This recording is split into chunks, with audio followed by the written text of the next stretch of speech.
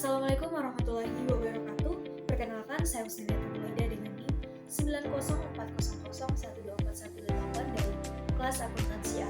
Baik, pada video kali ini saya akan menjelaskan materi dari kelompok 10, yaitu mengenai kelompok dan tim. Mata kuliah pengantar manajemen.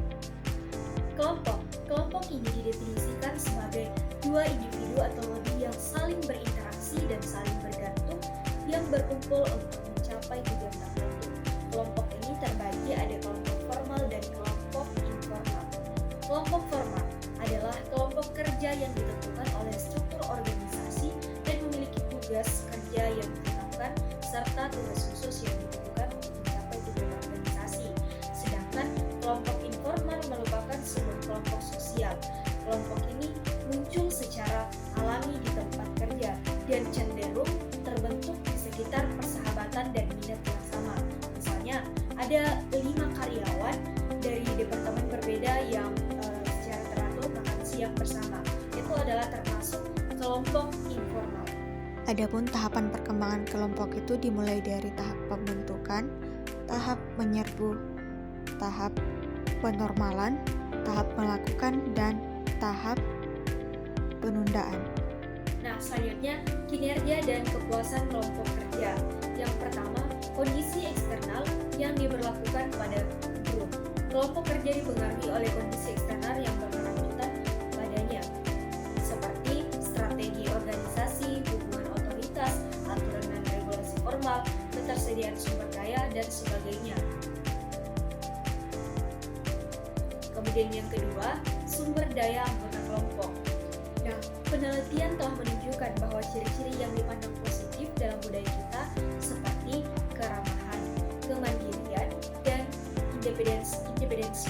Nah, cenderung berhubungan positif dengan produktivitas dan moral kelompok. Sebaliknya, karakteristik kepribadian negatif seperti otoritisme, dominasi, dan ketidakkonvensionalan cenderung berhubungan negatif dengan produktivitas dan moral kelompok.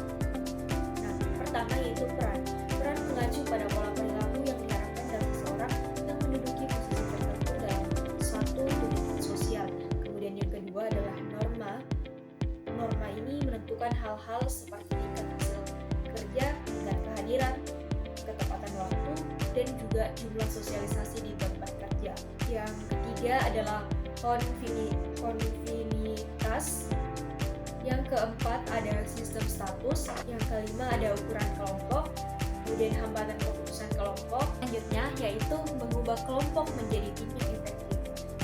Adapun berbagai karakteristik dari suatu tim yang dianggap efektif. Yang pertama itu tujuan dari tim tersebut jelas, keterampilan yang relevan, kemudian saling percaya, komitmen yang bersatu, komunikasi yang baik, keterampilan bernegosiasi, kepemimpinan yang tepat, serta dukungan internal maupun dukungan eksternal. Teknik yang dapat digunakan manajer untuk membantu kelompok membuat keputusan yang lebih kreatif. 3 pandangan berbeda telah berkembang mengenai konflik. Pandangan tradisional tentang konflik berpendapat bahwa konflik harus dihindari, bahwa konflik mengindikasikan adanya masalah dalam kelompok. Pandangan lain, pandangan hubungan manusia tentang konflik berpendapat bahwa konflik merupakan hasil yang wajar dan tak terelakkan dalam kelompok manapun dan tidak harus negatif, tetapi berpotensi menjadi kekuatan positif dalam berkontribusi pada kinerja kelompok. Pandangan ketiga dan terbaru, pandangan interaksionis tentang konflik mengusulkan bahwa konflik ini tidak hanya dapat menjadi kekuatan tentang positif dalam suatu kelompok, tetapi juga beberapa konflik mutlak diperlakukan agar suatu kelompok dapat berkinerja secara efektif. Konflik bersifat fungsional dan disfungsional. Bila tingkat konflik kelompok terlalu tinggi, maka manajer dapat memilih 5 opsi pengelolaan konflik, yaitu penghindaran, akomodasi, pemaksaan, kompromi, dan kolaborasi. Namun, perlu kita ingat bahwa tidak ada satupun opsi yang ideal untuk setiap situasi. Pendekatan yang digunakan itu tergantung pada keadaan. Yaitu mengubah kelompok menjadi tim kerja berbeda dari kelompok kerja dan memiliki ciri khasnya sendiri. Kelompok kerja berinteraksi terutama untuk berbagi informasi dan membuat keputusan untuk membantu setiap anggota melakukan tugasnya dengan lebih efisien dan efektif. Nah, tidak ada kebutuhan atau kesempatan bagi kelompok kerja untuk terlibat dalam kerja kolektif yang memerlukan memerlukan upaya bersama. Di sisi lain, tim kerja adalah kelompok yang anggotanya bekerja sama secara intens untuk mencapai tujuan bersama. Nah, selanjutnya adalah jenis-jenis tim. Tim ini dapat dibedakan menjadi 3. Ada tim pemecahan masalah, ada tim lintas fungsi, dan ada tim virtual. Manajer dapat membangun tim yang efektif dengan memahami apa yang mempengaruhi kinerja dan kepuasan mereka.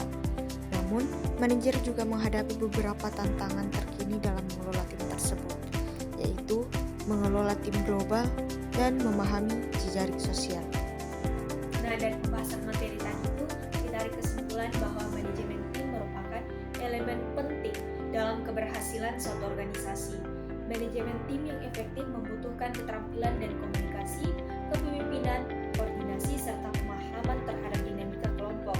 Selain itu, sebuah tim yang sukses juga bukan hanya tergantung pada individu yang kompeten, tapi juga pada bagaimana setiap anggota tim dapat bekerja sama secara sinergis untuk mencapai tujuan yang telah ditetapkan.